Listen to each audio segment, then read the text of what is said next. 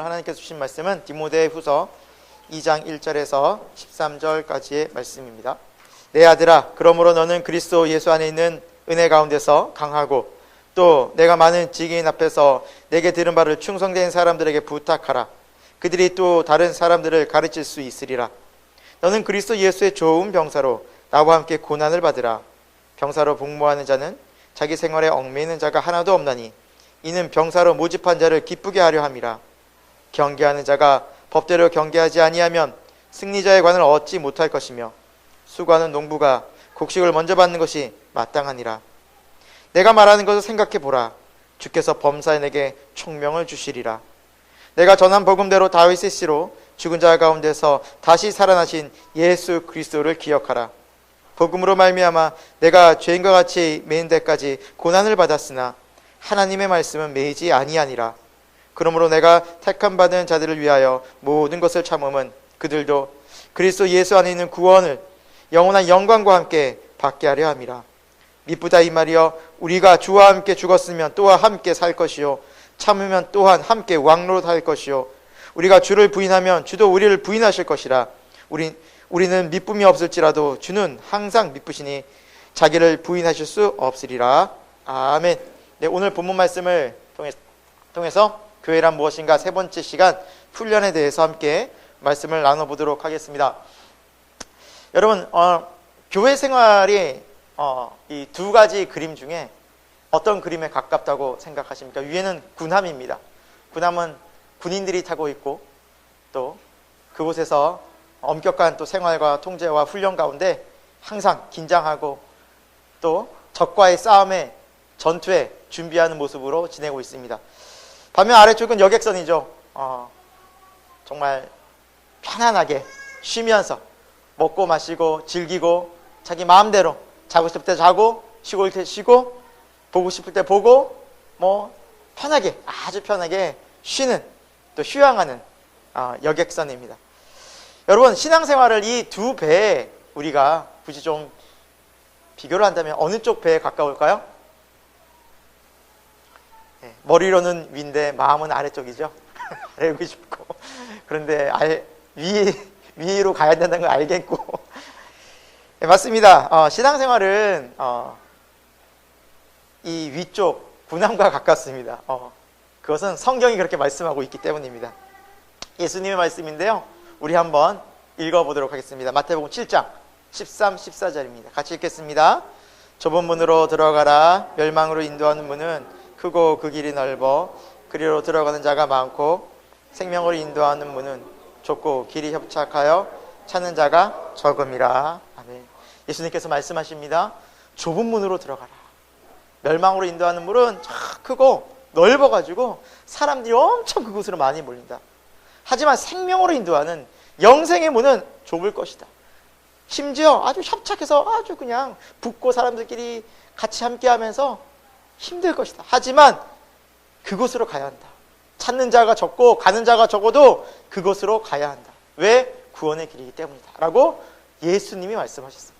쉬운 길이 결코 아니라는 것이죠. 에베소서 6장 10절 11절인데요 제가 읽어보도록 하겠습니다. 끝으로 너희가 주 안에서와 그 힘의 능력으로 강건하여지고 마귀의 관계를 능히 대적하기 위하여 하나님의 전신갑주를 입으라. 우리 신앙이 결코 만만하지 않다는 겁니다. 가볍지 않다라는 겁니다. 쉽지 않다라는 겁니다. 예수님 믿고도 얼마든지 많은 고난이 어려움이 유혹이 닥쳐오는데 그 뒤에 마귀가 있다는 거예요.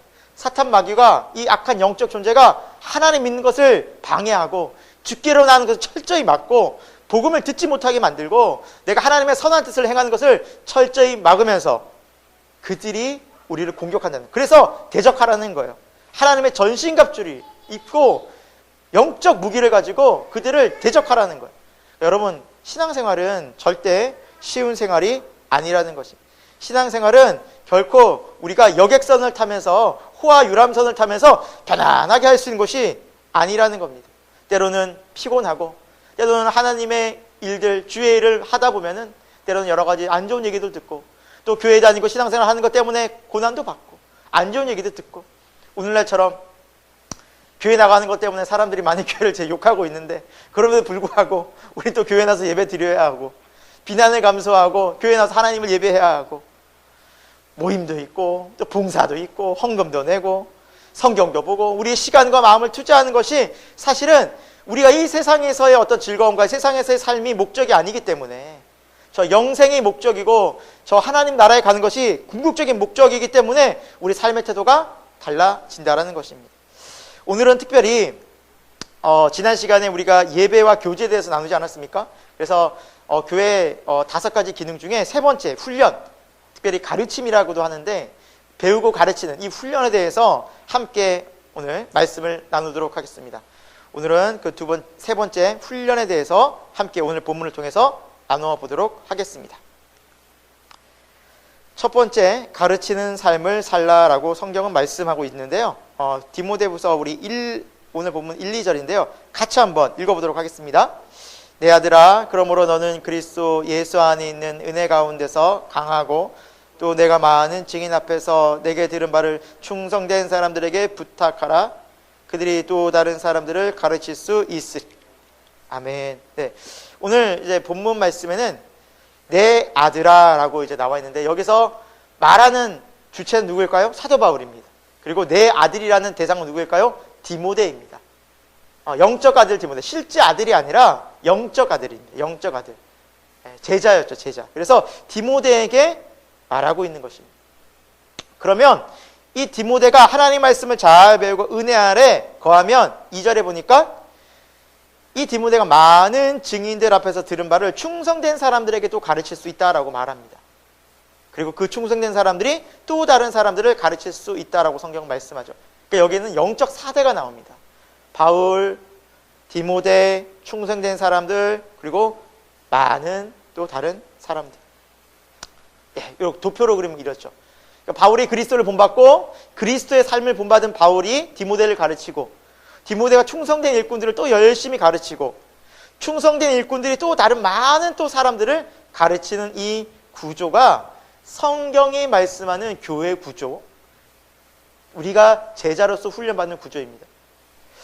여러분, 이것이 어느 정도로 강력한지 아십니까?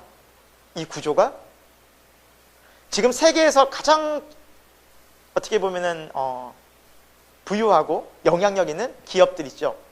IT 혹은 여러 가지 물류, 아마존, 구글, 페이스북, 마이크로소프트, 애플, 오라클, 여기도 이제 소프트웨어 회사인데 이 구조를 보십시오. 조금 전의 구조와 여러분 어떻습니까? 이 구조죠. 그물망 구조. 위에서부터 차근차근 똑같지 않습니까? 아마존 보십시오. 이렇게 그리스도, 바울, 충성된 사람들, 다른 사람들 똑같죠.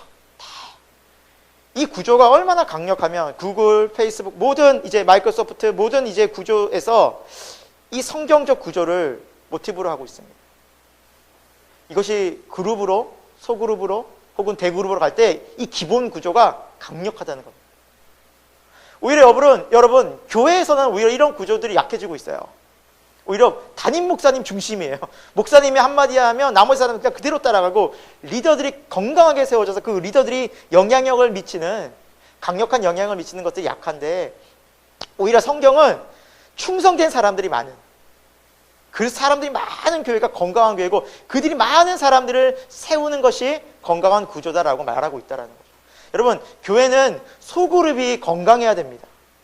그래서 우리 교회가 추구하는 것이 소그룹 모임입니다.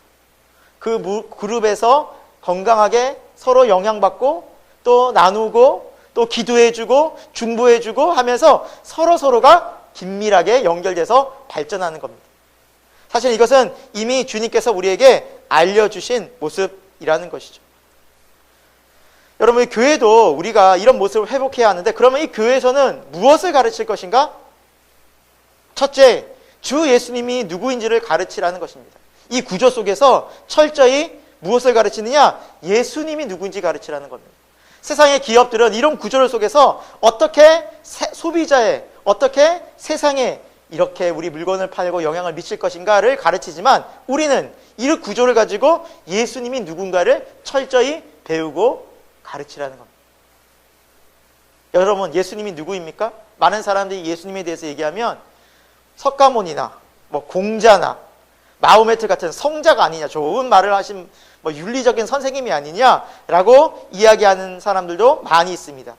그런데 여러분, 예수님이 누구인지를 알려주는 가장 강력한 증거인 성경은 뭐라고 말할까요? 그곳에서 예수님은 자신을 누구라고 표현했을까요? 먼저 예수님은 사람들의 죄를 용서하시는 분이라고 성경은 말씀합니다. 죄를 용서하시는 분. 그래서 마태복음 9장에도 안심하라, 내 죄 사함을 받았느니라. 내 죄의 모든 죄가 용서함을 받았느니라 말하고 있고요. 마태복음 9장에도 6절에도 인자가 세상에서 죄를 사하는 권능이 있는 줄을 너희로 알게 하려 하노라. 예수님께서 굳이 이렇게 말씀하신 이유가 뭐냐면 내가 죄를 용서하는 권능이 있음을 알게 하려 함이라. 여러분, 죄는 판사도 용서하지 못합니다. 재판관도 죄는 용서하지 못합니다. 죄를 짓게 되면 어떻게 됩니까? 처벌을 받습니다. 죄에 대해 판결만 내릴 뿐이지 세상 누구도 내가 너의 죄를 다 용서해 줄게, 이것이 성립이 안 된다는 것이죠. 그리고 우리가 죄를 지은 당사자에게 이 얘기를 들어야지 전혀 생뚱맞은, 어떻게 보면 내가 죄를 짓지도 않은, 직접적으로 죄를 짓지도 않은 예수님께서 그 죄를 다 용서해 주실 수 있다? 이거는 보통 사람이 할 수 있는 이야기가 아니라는 것이죠. 누구만 할 수 있습니까? 신만이 할 수 있다는 얘기죠. 예수님은 죄를 용서하시는 분이십니다. 두 번째, 예수님은 자신을 하나님과 동등되다, 같다라고, 같은 위치라고 말씀하신 분입니다. 요한복음 10장 30절 31절입니다. 나와 아버지는 하나이라 하신데 유대인들이 다시 돌로 예수님을 치려하거든요. 자신을, 예수님이 나는 하나님과 동등되다, 나는 즉 하나님이다 하니까 유대인들이 막 이런 신성모독이 어디냐고 돌로 예수님을 쳐 죽이려고 했습니다. 그렇게 위협 속에서도 자신을 드러내신 예수님이십니다. 정말 하나님이 아니시고는, 정말 그냥 단순히 인간이라면 그 죽음 앞에서 무서워서라도 자신을 숨기겠죠. 그러나 예수님은 당당하십니다. 왜? 정말 하나님 아들이시고 하나님 그분 자체시니까. 세 번째, 예수님 말씀하십니다. 내가 죽음에서 다시 살아날 것이다. 난 죽지 않을 것이다. 마태복음 17장 23절에 죽임을 당하고 제3일에 살아나리라 하시니 제자들이 매우 근심하니라. 제자들은 오히려 두려운 거예요. 예수님이 죽는 게 두려운 거예요. 다시 살아나는 건 생각도 못한 거예요. 아직도 여전히 제자들은 예수 그리스도가 어떤 분이 정확하게 모르고 있는 거예요. 근데 예수님은 늘 말씀하셨어요. 예수님의 신성을 드러내셨어요. 나는 인간의 몸을 입고 온 정말 구원자, 하나님의 아들이라는 것을 늘 드러내셨어요. 나는 죽지만 3일 만에 십자가에서 죽겠지만 다시 3일 만에 살아나리라. 나는 죽지 아니하리라.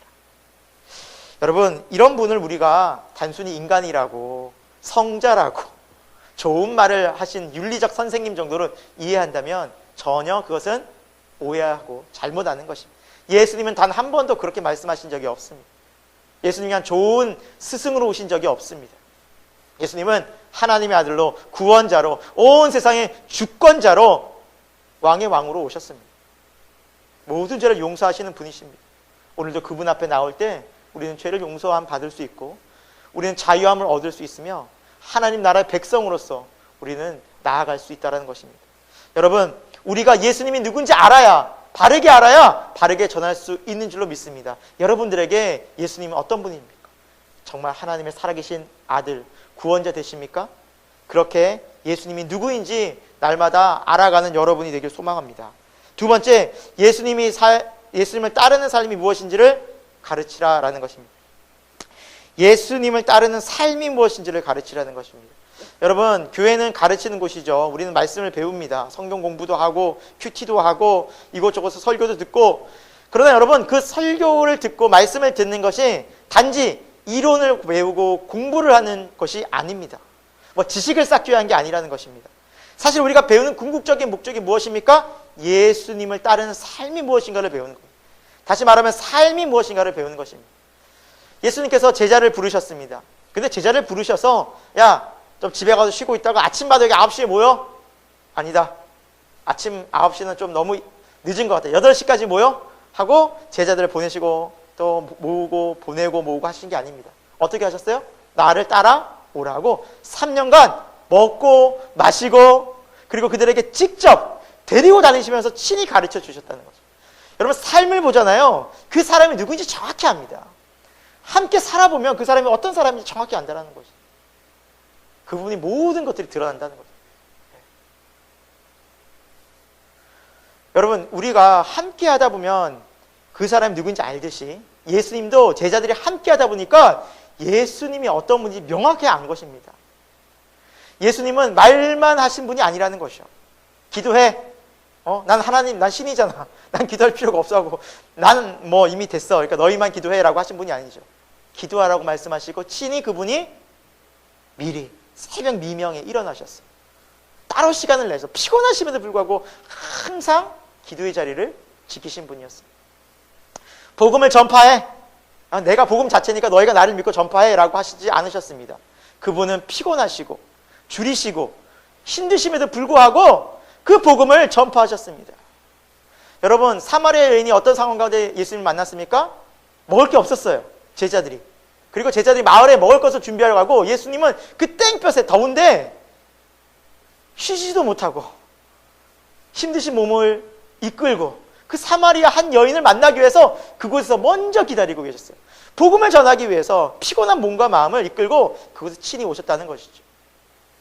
저도 예수님이 이 모습을 보면서 때로는 사역을 하고 또 저녁마다 이렇게 우리 성경 공부 있을 때 차를 몰고 가면서 피곤하죠. 돌아오는 길에 피곤하죠. 그러나 그때마다 저도 예수님이 탁 떠오릅니다. 예수님이 이렇게 일하셨지. 예수님이 나에게 이런 사명을 주셨지. 주님 마음 더 주옵소서. 여러분, 그것이 바로 주님께서 본을 보여주셨기 때문에 우리가 할 수 있는 것이죠. 뿐만 아닙니다. 예수님이 용서하셨습니다. 예수님을 죽이려 하고 실제로 예수님을 잡아 죽이려고 했던 그들을, 예수님 돌멩이 던지고 예수님을 못 박으라고 소리 질렀던 그들을 예수님은 용서하셨다는 거죠. 주여 저들을 용서하여 주옵소서. 저들은 자신들이 하는 일을 알지 못함이니. 예수님은 소외되고 가난한 이웃들을 그냥 버려두지 않으셨습니다. 그들과 함께 얘기하시고 식사하시고 그들과 동행하셨습니다. 여러분, 이런 모든 것들을 옆에서 제자들은 봤습니다. 그러니까 제자들은 삶을 보고 예수님의 모습을 보고 나중에 예수님이 죽으시고 부활하시고 정말 예수님의 제자로서 그곳을 떠나려고 했지만 성령 가운데 그들의 마음이, 그들의 삶이 예수님의 삶을 본받았기 때문에 다시 모일 수 있었다는 겁니다. 예수님이 아마 이율배반적이고 그분만 먼저 생각하고 자기 중심적이었다면 어떻게 제자들이 예수님 안에서 다 모여서 목숨을 바치고 정말 생명을 걸고 순교까지 하면서 그리스도의 복음을 전할 수 있었겠습니까? 여러분, 우리가 예수님을 믿는다는 것은 바로 예수님을 머리로 하는 것이 아닙니다. 우리가 예수님의 말씀을 배운다는 것은 예수님의 말씀을 단지 내가 지식적으로 채우는 것이 아닙니다. 한 말씀이라도 내가 그 말씀을 듣고 삶으로 적용해 가는 것입니다. 그래서 바울은 이러한 삶을 살아가도록 오늘 본문에는 세 가지 군사와 운동선수와 농부의 삶의 비유를 했습니다. 너희가 그리스도의 제자이냐? 그럼 이렇게 살아야 할 것이다. 그리고 군사로, 운동선수로, 농부로. 그래서 우리가 이 세 사람들에 대해서 잠깐 오늘 말씀을 좀 살펴보려고 합니다. 첫 번째, 군사로서의 삶을 통해서 우리가 배울 수 있는 것은 우선순위를 정하는 훈련입니다. 우선순위가 있는 삶입니다. 오늘 본문 3절과 4절입니다. 우리 같이 한번 읽어보도록 하겠습니다. 읽겠습니다. 너는 그리스도 예수의 좋은 병사로 나와 함께 고난을 받으라. 병사로 복무하는 자는 자기 생활에 얽매이는 자가 하나도 없나니 이는 병사로 모집한 자를 기쁘게 하려 함이라. 아멘. 여러분, 병사의 비유라고, 군사의 비유하고 있습니다. 군인의 비유하고 있습니다. 여러분, 너무나 우리가 잘 알고 있죠. 군인 어떻습니까? 자기 스케줄이 있습니까? 자기가 스케줄을 짜는 군인이 어디 있겠습니까? 다 정해져 있습니다. 어떻게 해야 되는지 훈련의 과정들이 다 정해져 있습니다. 명령에 순종하는 것이, 복종하는 것이 군인의 마땅한 의무가 아니겠습니까? 여러분, 하나님의 좋은, 예수 그리스도의 좋은 병사로 우리가 살아야 한다는 것은 오늘 본문의 말씀처럼 4절에 자기 생활에 얽매이지 않아야 한다라고 말합니다. 여기 생활에 얽매이다라는 뜻이 섞이다라는 의미를 갖고 있습니다. 자기 생활이 군인 생활과 섞인다면 참된 군인이 아니겠죠. 급한 일이 있다고 집에 가고 급한 일이 있다고 자기를 보러 가는 군인이 어디 있겠습니까? 전혀 그렇지 않습니다. 전혀 못합니다. 분리됩니다. 아파도 군대에서 아파야 되고 힘들어도 군대에서 병원 가야 되는 거고 거기서 다 해결해야 되는 것입니다. 그래서 섞이지 않습니다. 자신의 삶과 군인의 삶은 철저히 구분이 됩니다. 그리고 무엇이 먼저입니까? 군인의 삶이 먼저라는 것이죠. 여러분, 우선순위입니다. 우선순위입니다. 하나님 나라의 일이 먼저고 내 일은 사실은 2선, 3선이라는 것이죠. 여러분, 우리에게 이러한 분명한 방향성이 있습니까? 마태복음 6장 33절에 뭐라고 말씀합니까? 그런즉 너희는 먼저 그의 나라와 그의 의를 구하라. 그리하면 이 모든 것을 너희에게 더하시리라. 우리가 이 우선순위가 바뀌면 세상의 모든 것을 먼저 생각하게 되면 하나님 나라가 뒷전이게 되고 우리의 삶은 여전히 계속해서 영적으로는 힘들 수밖에 없고 열매로는 맺힐 수가 없다라는 것입니다. 예수님이 중심되는 삶을 살지 않으면 우리 삶은 철저히 세상과 섞이게 됩니다. 내 생활, 교회 생활이 다 뒤섞여서 우선순위가 엉망진창이 된다는 것이죠. 그래서 절대 하나님을 기쁘시게 하는 삶이 아닙니다. 절대 하나님은 그런 삶을 기뻐하시지 않으신다는 것이죠. 여러분, 예수님을 이제 믿기 시작하면 어떤 삶이 변화가 옵니까? 세상과 점점 하나님이 단절시킵니다. 이것도 안 돼. 이것도 안 돼. 전에는 그렇게 좋던 거 자꾸 하나님 끊게 하십니다. 왜 그렇습니까?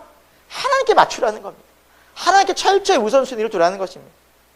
제가 교회 청년과 이렇게 함께 이야기를 하다 이 청년은 운동을 너무 좋아하는 청년이에요. 운동이 너무너무 좋아요. 근데 우리 교회 운동을 좋아하는 청년이 많지 않아서 생각은 날 것 같습니다. 이 청년이 너무 좋아해서 막 축구도 좋아하고 막 야구도 일주일에 몇 번씩은 나갑니다. 그런데 예수를 믿고 훈련을 받으면서 점점점 이 세상에서 막 좋던 것들이 정리가 되기 시작합니다. 그러면서 마음속에 그런 고백을 하는 거예요. 목사님, 제 생활이, 제 삶이 너무 거기에 치우쳐 있었던 것 같아요. 그리고 이제 주님이 자꾸 하나님 나라로 삶을 중심으로 바꾸기 시작하는 거예요. 여러분, 정확히 그렇습니다. 우리가 일도 중요하죠. 하지만 일에 중심 잡아서는 안 된다는 거예요. 내 취미 생활, 내가 좋아하는 것, 그것에 우리가 열심히도 해야겠지만 그것에 마음 빼앗기고 중심 잡혀서는 안 된다는 거죠. 하나님은 철저히 거기서 끄집어냅니다. 야, 너 내가 중심 아니냐? 나를 기쁘게 하는 삶이 내가 널 구원한 이유가 아니냐? 내가 널 부른 목적이 아니냐? 자꾸 주님께로 이끕니다. 여러분, 그것이 정확한 그리고 바른 제자의 삶이라는 것이죠. 여러분의 삶은 어떻습니까? 요즘 어디에 중심 잡고 계십니까? 여러분, 무엇을 할 때 여러분 제일 기쁘십니까? 여러분, 기쁘다는 건요, 마음이 있다라는 겁니다. 일할 때 기쁠 수 있어요. 그런데 예배 드리는 것보다, 하나님 찾는 것보다 더 기쁘잖아요. 일에 마음이 있는 거예요. 여러분, 드라마 볼 수 있어요. TV 프로 볼 수 있어요. 그러나 그것을 막 마음속에 생각만 해도 막 흥분이 되고 좋아해. 기뻐져. 근데 예배 드릴 때는 그 정도는 아니야. 그럼 거기에 더 마음이 있는 거죠, 솔직히. 우리 자녀들에게 막 마음이 더 가 있어요. 그것을 막 할 때면 너무 기쁘고 막 생각할 때마다 좋아. 자녀 일할 때는 막 뭐 힘을 써. 그러나 주일 일할 때는 그 정도는 아니야. 그럼 마음이 어디에 더 가 있는 거예요? 그 자녀에게. 하나님을 정말 기쁘시게 하는 삶은 아닐 수 있다는 거죠. 여러분, 주님이 우리를 부르신 목적은 분명합니다. 그거 섞이지 말라는 거. 그것이 중요하지 않다는 거 아닙니다. 우선순위를 어디에 두냐는 거예요. 중심을 어디에 두냐는 거예요. 마치 군인처럼. 여러분, 군인들은 정말 힘듭니다. 군인들은 가족도 있어요. 그러나 가족을 보고 싶지만 참는 겁니다. 자기 자유생활을 하고 싶은 걸 참는 겁니다. 그러면서 훈련받는 겁니다. 처음부터 군인이 좋은 군인이 되지 않고 처음부터 잘할 수 없어요. 군대 가보시면 아시겠지만 그렇다고 이것 때문에 군대 갈 필요는 없고요. 예, 이등병과 병장은 천지차이예요. 밖에서는 뭐 아주 유명하고 공부도 많이 하고 똑똑하다 하더라도 여러분 이등병 되잖아요. 박사학위를 받고 와도요 어리버리돼요. 정말 그런 모습 많이 봤어요. 군대 갔다 오신 분은 정말 느낄 거예요. 병장들은요 뭐 정말 어디 좋은 대학 나온 것도 아니야. 박사학위 받은 것도 아니에요. 좋은 기업에 취업한 분도 아니에요. 병장 되잖아요. 그럼 벌써 이 사람들은 착착착 너무 잘해요. 훈련이면 훈련, 사격이면 사격, 뭐 일이면 일 너무너무 잘해요. 너무 제가 보고서도 깜짝 놀랐어요. 왜 그럴까요? 매일 훈련하는 거예요. 매일. 그거 밥 먹고 맨날 하는 게 그거예요. 그러니까 너무너무 자연스럽고 몸에 밴 거예요. 사랑하는 여러분, 예수 그리스도를 믿는 것도 훈련입니다. 때로는 고난입니다. 주 예수 그리스도와 함께 고난 받으라고 주님 우리를 부르셨지, 절대로 우리에게 편하고 안락한 이 세상의 삶을 주님은 그것 때문에 우리를 부르지 않으셨습니다. 그러나 우리가 주님을 기쁘시게 드릴 때 우리 삶은 주님으로 인하여, 하나님 나라로 인하여 하늘의 기쁨이, 영원한 기쁨이 분명히 임합니다. 여러분, 요즘에 여러분의 중심 잡은 게 무엇입니까? 여러분의 마음을 빼앗고 있는 것이 무엇입니까? 다시 제자리를 찾길 바랍니다. 세상의 것들에 중심 빼앗기지 않기를 소망합니다. 그것들 때문에 여러분의 삶이 하나님으로부터 점점 멀어지고 영적으로 잠들 수 있기 때문입니다. 두 번째, 오늘 말씀을 통해서 제자는 순종을 훈련하는 제자가 되어야 한다는 것입니다. 순종하는 훈련을 해야 되는데, 오늘 본문 2장 5절 말씀인데요. 같이 한번 우리 읽어보도록 하겠습니다. 같이 읽겠습니다. 경계하는 자가 법대로 경계하지 아니하면 승리자의 관을 얻지 못할 것이며. 네, 두 번째는 경계하는 자, 즉 운동하는 사람의 비유를 해주고 계십니다. 근데 경계하는 자가 특징이 뭐예요? 법대로 경계한다. 운동 경기에는 항상 규칙이 있다라는 거. 여러분, 이 규칙이 어느 정도 중요할까요? 2011년 8월에 대구에서 세계 육상 선수권 대회가 있었습니다.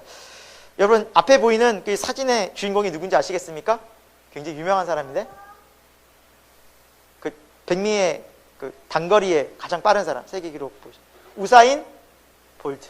네, 우사인 볼트죠. 네. 우사인 볼트가 당시에 정말 그 전 대회도 그렇고 금메달을 땄었고, 이 대회에서도 누구나 다 우사인 볼트가 이길 거야, 당연 금메달일 거야, 결승선상에 딱 섰습니다. 그런데 그만 부정 출발을 하게 됩니다. 그러니까 땅 소리를 듣고 출발해야 되는데 땅 소리 나기 0.01초 빨리 움직인 거예요. 지금 옆에 사람들도 지금 딱 움직이려고 하죠. 근데 우사인 볼트는 그 짧은 시간에 먼저 반응을 했어요. 이것이 부정 출발이 돼서 어떻게 됐을까요? 실격됩니다. 실격. 가장 강력한 우승 후보였고, 실력도 출중했고, 그리고 예선전까지 정말 힘들게 그 기간 동안 몸을 그렇게 다 만들어 봤는데 0.01초 차로 몸이 먼저 나간 것 때문에 실격됐어요. 아무 소용이 없게 됐어요. 여러분, 규칙이 얼마나 중요하냐, 운동선수에게도 규칙이 얼마나 중요하다는 것을 우리가 알 수 있죠. 성경이 말하는 게 무엇입니까? 이 규칙이 뭐겠어요? 주의 말씀인 것입니다. 여러분, 주의 말씀은 사소한 게 없습니다. 여러분, 주의 말씀은 우리가 가벼이 여길 것이 하나도 없다라는 것이죠. 여러분, 주의 말씀이 우리가 신앙생활하면서 깨닫고 우리가 이걸 순종해야 하는 것이 삶의 모든 영역입니다. 여러분, 운동선수가, 이 우사인 볼트가 이 대회를 준비할 동안 규칙이 한두 가지였겠습니까? 자기 몸을 만들고 스스로 먹을 거, 또 잠잘 거 철저히 잘 지켜가면서, 또 결승선에서 혹은 운동 중에 내가 힘을 어떻게 분배해야 될까 다 머릿속으로 계산했을 텐데 그 0.01초 차로 먼저 튀어나가서 다 물거품이 되었는데, 여러분, 규칙이 이렇게 중요하듯 주의 말씀이 우리에게 얼마나 중요한지를 늘 생각하고 마음속에 품어도 우리가 다 지키지 못하고 다 하지 못하는데, 우리가 주의 말씀을 얼마나 마음에 품고 살아가고 있는가라는 것입니다. 여러분, 우리 삶 속에 얼마나 주의 말씀을 평소에 생각하며 지내냐라는 것입니다. 신앙인의 삶의 기준은 주의 말씀입니다. 중세 수도원에서 유명한 수도원에서 늙은 수도사가 마지막으로 후임자를 정하려고 많은 사람들을 모집했습니다. 젊고 유능한, 그리고 신앙이 좋은 믿음의 사람을 찾기 위해서 이 수도 원장은 사람들을 불러 모았습니다. 그러자 이 수도원이 워낙 유명하고 이 수도 원장도 굉장히 촉망받던 사람, 인정받던 사람이라 많은 사람들이 모여왔습니다. 운동장에 딱 섰습니다. 그리고 그들에게 말합니다. 여러분들에게 한 가지 미션을 주겠습니다. 테스트입니다. 지금부터 여러분 산속에 들어가셔서 새 한 마리를 잡고 그 새를 아무도 보지 않는 조용한 곳에서 죽이고, 그리고 그 새를 그대로 갖고 이 자리로 모이십시오. 단 해 지기 전까지 반드시 돌아오셔야만 합니다. 자, 이제 출발하십시오. 그 사람들을 흩은 거예요. 그러니까 뭐 사람들이 막 그래 서로 빨리 경쟁하듯이 빨리 가서 새를 빨리 잡고, 그리고 사람이 안 보니까 빨리 죽이고 막 달려와서 줄을 섰어요. 그냥 일찍 갔다 온 사람 오전부터 다 줄을 섰어요. 먼저 왔어요. 그래서 막 기대하는 마음으로. 그리고 사람들이 점점 더 이제 다 모이고 한 명이 안 왔어요. 해가 뉘어 지고 있는데 단 한 명이 아직 안 왔어요. 그때 해가 질 무렵에 저 멀리서 한 명이 이렇게 걸어옵니다. 근데 전혀 뭐 기쁘지도 않고 터벅터벅 걸어옵니다. 그리고 모든 사람들이 다 모였어요. 근데 가장 늦게 온 사람만이 살아있는 새를 갖고 왔어요. 살아있는 새 그대로 잡아왔어요. 사람들이 웅성거렸어요. 저 사람 바보 아니야? 야, 수도 원장 말을 이해도 못해? 저런 사람이 어떻게 여기 왔는지 참 답답하다. 사람들 웅성웅성거렸어요. 그리고 수도 원장이 얘기를 했습니다. 그대는 왜 살아있는 새를 잡아왔습니까? 그러자 그 젊은이가 얘기합니다. 예, 원장님, 제가 새를 잡아서 아무도 보지 않는 곳에 가서 새를 죽이려고 나무 밑에도 가봤고 바위 밑에도 가봤고 심지어 동굴 속에도 들어가 봤습니다. 그러나 그 모든 곳에 하나님이 계셨습니다. 아무도 없는 곳은 그 어느 곳도 없었습니다. 누가 수도 원장이 되었을까요? 이 사람이 된 거예요. 여러분, 우리가 평소에 신앙이 있다고 믿음이 있다고 하지만 얼마나 하나님을 의식하고 살아가는가. 눈에 보이지 않는 하나님이라고 우리가 얼마나 함부로 살 때가 많이 있습니다. 하나님이 보지 못하는 곳은 없습니다. 여러분, 주의 말씀은 경홀히 여길 부분이 없습니다. 모두가 중요하고 때로는 우리가 말씀 읽으면서 이 말씀이 나에게 주신가 마음이 아플 때도 있습니다. 그러나 그 말씀까지도 우리가 부딪히면서 삶으로 배워나가는 것이, 순종하는 것이 참된 훈련이라는 것을 믿으시기 바랍니다. 하나님은 신명기 6장 6절에 오늘 내게 명하는 이 말씀을 너는 어디에 새기고? 마음에 새기고. 여러분, 주의 말씀은 마음에 새기라고 말씀하십니다. 우리 마음에 새기는 말씀, 잊혀지지 않는 말씀, 지워지지 않는 말씀, 나를 정말 모든 삶을 가고 인도하시는 말씀, 말씀이 나를 인도하게 만드는 그런 삶이 우리에겐 필요합니다. 그래서 A.W. 토저 목사님이 우리도 많은 책들 또 봤죠. 또 많은 책을 쓴 영적 지도자였던 A.W. 토저 목사님이 이렇게 얘기를 했습니다.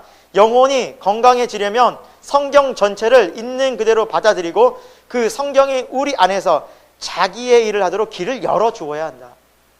무슨 말씀입니까? 하나님의 말씀을 모두 받아들이고 그 성경 말씀이 우리를 인도하도록, 우리를 날마다 이끌어가도록 우리가 순종하는 길을 열어드려야지 계속해서 내 마음대로, 내 욕심대로, 내 정욕대로 나아갈 때 우리는 성장의 믿음의 방해를 받게 된다는 것이죠. 참된 순종은 하나님의 말씀을 다 받아들이는 겁니다. 어떤 말씀은 제하고 어떤 말씀은 받고, 이 말씀은 지금 상황이 아닌 것 같아. 이 말씀은 순종하기 어렵잖아. 당장 이걸 어떻게 하라고 무시하는 것이 아니라 모든 말씀을 있는 그대로 받고 그 말씀이 하나님 뜻대로 나를 인도하여 주옵소서라고 맡긴다는 거죠. 그 말씀이 길을 가고 그 말씀에 순종할 수 있도록 우리가 길을 열어드린다는 거죠. 사랑하는 여러분, 우리의 삶이 하나님의 말씀에 모든 영역에 순종할 수 있기를 소망합니다. 그리고 이 말씀을 더 마음판에 새깁시다. 더 마음판에 새기고 묵상하고 생각하고 날마다 하나님을 의식하는 삶의 영역들이 더욱더 늘어나서 사람들이 보지 않든 그들이 중심이 아닌 하나님이 중심인 우리의 삶이 되길 소망합니다. 마지막으로 충성하는 훈련입니다. 오늘 6절 말씀을 보면 농부의 삶에 이제 비유를 해 놓으셨는데 같이 한번 우리 6절 말씀을 읽어보도록 하겠습니다. 수고하는 농부가 곡식을 먼저 받는 것이 마땅하니라. 네, 우리가 하나님의 말씀을 따라 사는 삶을, 훈련받는 삶을 농부와 같다라고 말씀하고 있는데 어떤 농부입니까? 수고하는 농부래요. 수고하는, 열심히 일하는. 그리고 이 단어의 원문을 찾아보니까 헬라어로 코피아우라고 합니다. 코피아우. 그래서 애써서 피곤하여 쓰러지다라고 표현합니다. 코피나도록 일하는 거예요. 코피아노. 이게 수고하다는 의미래요. 그러니까 여러분, 농부의 삶이 얼마나 힘듭니까? 그렇죠? 새벽부터 가서 저녁 늦은 시간까지 그냥 떼약볕에서, 그것도 쉬지도 않고 그렇게 수고하고 충성하는 농부가 곡식을 먼저 만다. 즉 열매를 얻는다는, 좋은 열매를 얻는다는 것입니다. 한국 장애인 소리예술단에 황재환 단장이라는 분이 있습니다. 이분은 1950년도에 6.25가 있었잖아요. 그맘때쯤 이제 4살이었는데 사상적인 문제 때문에 공산당들이 그 마을 사람 183명을 다 총살을 시켜버립니다. 이때 황재한 이 단장님의 부모님 그리고 형님 뭐 다 친인척 일가들이 다 죽습니다. 그런데 다행히 황재한 이분은 기절했어요. 그래서 겨우 살아났어요. 유일하게 그곳에서. 그래서 겨우 살아서 홀로 고아가 됐는데 뭐 6.25 통에 어떻게 누가 돌봐줄 사람이 있겠습니까? 그래서 막 꿀꿀이죽도 먹고 음식도 훔쳐 먹고 막 살기 위해서 발버둥을 쳤던 거예요. 그래서 7살쯤에 놀 게 없으니까 뭘 갖고 놀냐면 수류탄을 갖고 놀다가 그 수류탄이 터지고 맙니다. 터지면서 오른쪽 팔을 잃게 됩니다. 지금 오른쪽 팔 보이십니까? 네. 이게 의수입니다. 지금 끼는 팔이 없는 거. 오른쪽 팔 잃으시고 두 눈을 실명하시고 그리고 오른쪽 고막이 이렇게 잘못되셔가지고 안 들리시고, 그러니까 팔을 한쪽, 양쪽 눈, 귀를 잃는 엄청난 사고를 겪게 됩니다. 그러니까 피투성이가 된 거예요. 터지니까. 사람들은 이제 죽었다. 뭐 그 당시에 병원도 없고 그러니까 그냥 가만히 탁 덮어가지고 그냥 내버려 뒀습니다. 근데 하나님이 이분을 기억하셨던 거예요. 마침 그 지역에 미군 헬기가 정찰을 온 거예요. 마침 그때. 그래서 그 미군 헬기가 이분을 발견한 거예요. 피투성이 된. 그래서 빨리 병원으로 옮겼어요. 빨리 병원을 옮겨서 7개월 동안 정성껏 간호를 해서 다시 살아나게 됩니다. 치료받고 살아나게 됩니다. 간신히 목숨을 이제 다시 이어가게 되었지만 뭐 삶에 의미가 없는 거예요. 낙이 없는 거, 소망이 없는 거예요. 그래서 그 이후로 고아원으로 보내줬는데 그 고아원 원장님이 크리스찬이었어요. 그래서 크리스찬인 원장님에게 복음을 듣고 말씀을 배우면서 신앙을 갖게 됐어요. 그러니까 나도 살아볼 만하구나. 나도 예수님 안에서 소망이 있는 거구나. 야, 내가 절망하고 죽으려고 했는데 죽으면 안 되겠구나 하고 소망을 갖고 긍정적인 소망을 가지고 믿음을 가지고 살아가게 됩니다.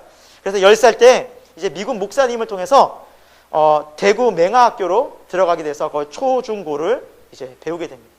근데 고등학교 1학년 때쯤에 이제 자신의 어떤 일을 할지 비전에 대해서 이렇게 정해야 되는데 다른 친구들은 이제 장애를 입은 친구들은 보통 맹인들이 많이 가는 게 두 이제 길이래요. 하나는 뭐냐면 점술가래요. 점술가. 근데 점을 치자니 신앙이 걸리고 그리고 다른 쪽 많이 가는 건 안마사래요. 안마사로 가려니 한쪽 손밖에 없고 낙담이 다시 되기 시작한 거예요. 난 뭘 해야 되지? 막 또 절망감이 몰려오는 거예요. 그때 하나님 앞에 다시 엎드려서 3일간 금식으로 기도를 합니다. 하나님, 전 어떻게 살아갑니까? 낙심돼서 못 살겠습니다. 도저히 앞길이 보이지 않습니다. 그런데 하나님의 음성이 뭐였냐면 피아노를 치라는 거예요. 한쪽 손인데. 그리고 피아노를 쳐본 적도 없는데 피아노를 치라.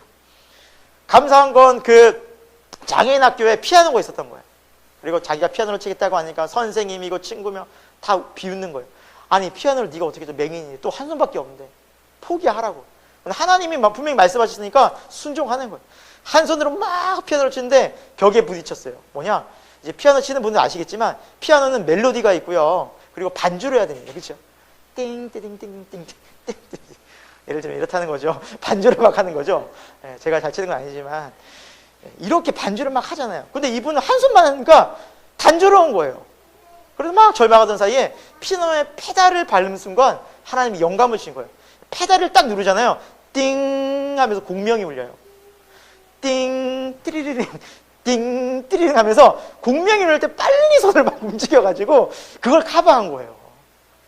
그러니까 딴 사람이 2배 할 때 이분은 3배, 4배로 막 빨리 손을 움직여서 피아노를 배운 거예요.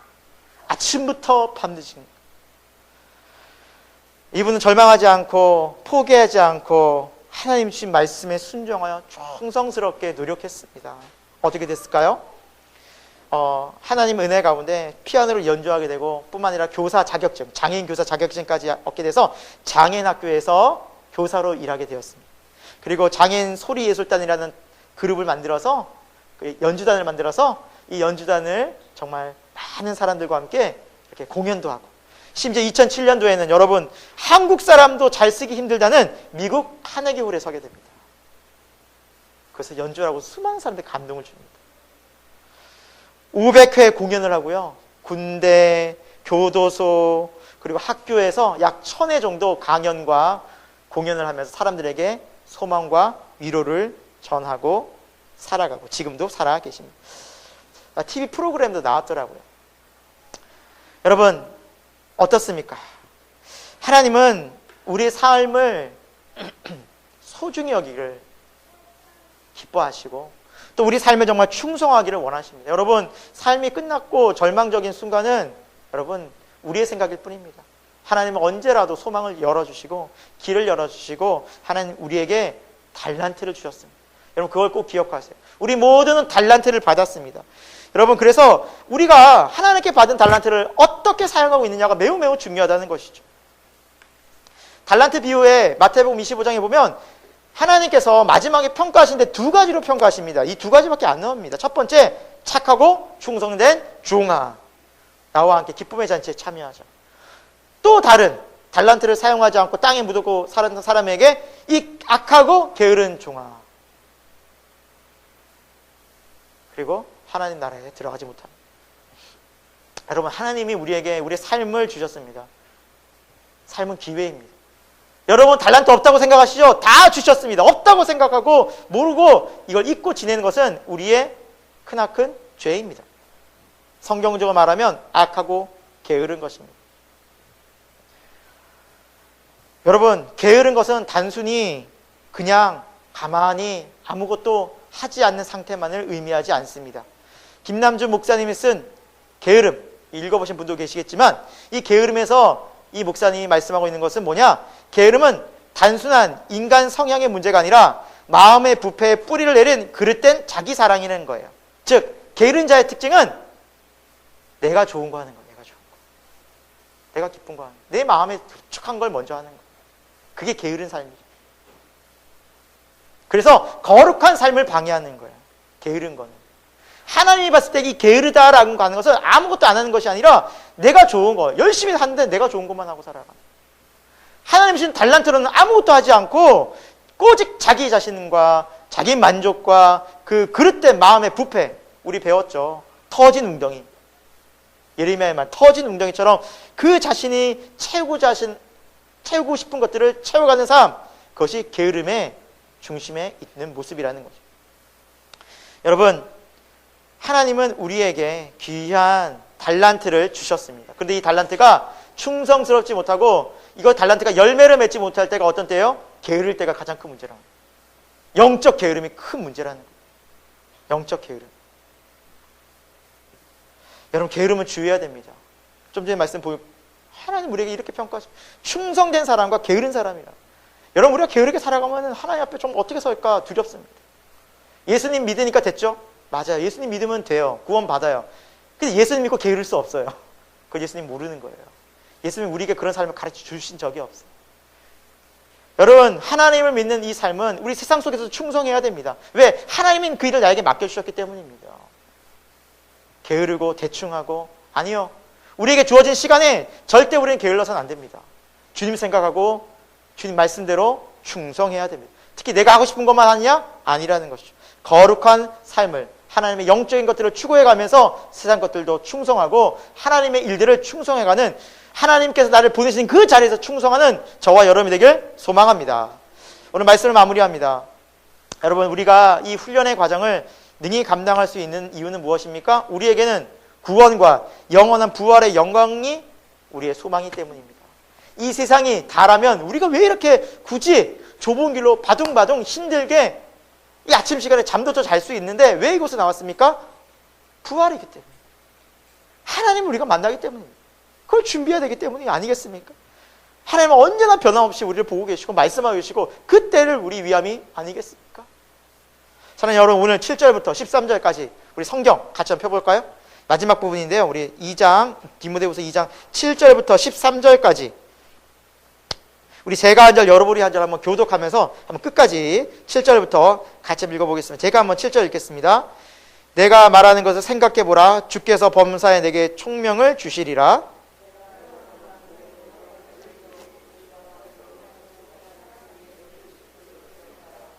복음으로 말미암아 내가 죄인과 같이 매이는 데까지 고난을 받았으나 하나님의 말씀 매이지 아니하니라.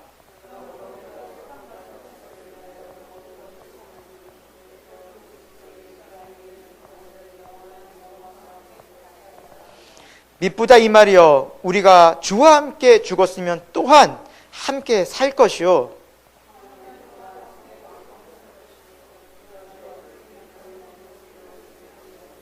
다 함께 읽겠습니다. 우리는 미쁨이 없을지라도 주는 항상 미쁘시니 자기를 부인하실 수 없으시리라. 아멘. 예, 여러분, 우리가 이렇게 이 세상 속에서 훈련받고 말씀을 배우고 가르치는 궁극적인 이유가 무엇입니까? 바로 이 영원한 천국과 부활과 앞으로 올 우리 예수 그리스도 때문이 아니겠습니까? 그것이 아니라면 바울도 그렇고 어떤 교인도 그렇고 우리도 그렇고 이렇게 할 이유가 없습니다. 부활이 없다면, 영생이 없다면 우리가 무엇 때문에 이렇게 하면 이 세상에서. 그러나 오늘 마지막 말씀처럼 하나님은 정말 살아계시고 하나님은 미쁘시고 신실하셔서 약속된 말씀을 다 지키셨습니다. 하나님의 살아계심을 보여주셨습니다. 그래서 주님 다시 오십니다. 여러분, 그날에 우리가 충성된 종아, 착하고 충성된 종아, 나와 함께 기쁨의 잔치에 참여하자. 여러분, 이것처럼 우리에게 기쁨으로 기다려야 될 그런 소망이 어디 있겠습니까? 지금 고단하고 힘들고 피곤하고 어려울 수 있을지라도 이 믿음의 훈련, 이 연단을 통해서 우리가 주 예수 그리스도의 좋은 군사로, 또 정말 좋은 운동선수와 같이 정말 하나님의 말씀을 순종하는 자로서, 또 충성된 그런 농부같이 우리가 살아갈 때 주님이 우리를 칭찬하시고 승리의 관을 주시고 또 하나님의 기쁨의 자리에서 영원히 우리를 아름답다, 존귀 여겨주실 줄로 믿습니다. 여러분, 훈련을 게을리하지 마시고 충성스럽게 함께 나아가는 우리 새생명교회 교우들이 되길 예수 그리스도의 이름으로 축원드립니다. 기도합니다. 하나님, 이 세상은 아침 안개와 같습니다. 그러나 천국은 영원합니다. 우리의 삶이 영원한 천국의 소망을 두고 목적을 두고 이 세상을 살게 하여 주옵소서. 때로는 세상에 우리 중심이 마음이 빼앗길 때가 있습니다. 하나님, 우리의 마음이 세상적인 유혹에 약하여 넘어질 때도 있었습니다. 주여, 그럼 우리를 불쌍히 여겨 주옵소서. 다시 주님을 바라보게 하시고 우리의 나약하고 부족하고 연약한 모습, 죄악된 모습을 바라보고 낙심하는 것이 아니라 소망과 위로와 능력의 회복의 주 예수 그리스도를 믿음으로 바라보는 믿음 되게 하여 주옵소서. 오늘도 살아계신 우리와 함께 하시는 주님을 기대하고 예수 그리스도 이름으로 기도드립니다. 아멘.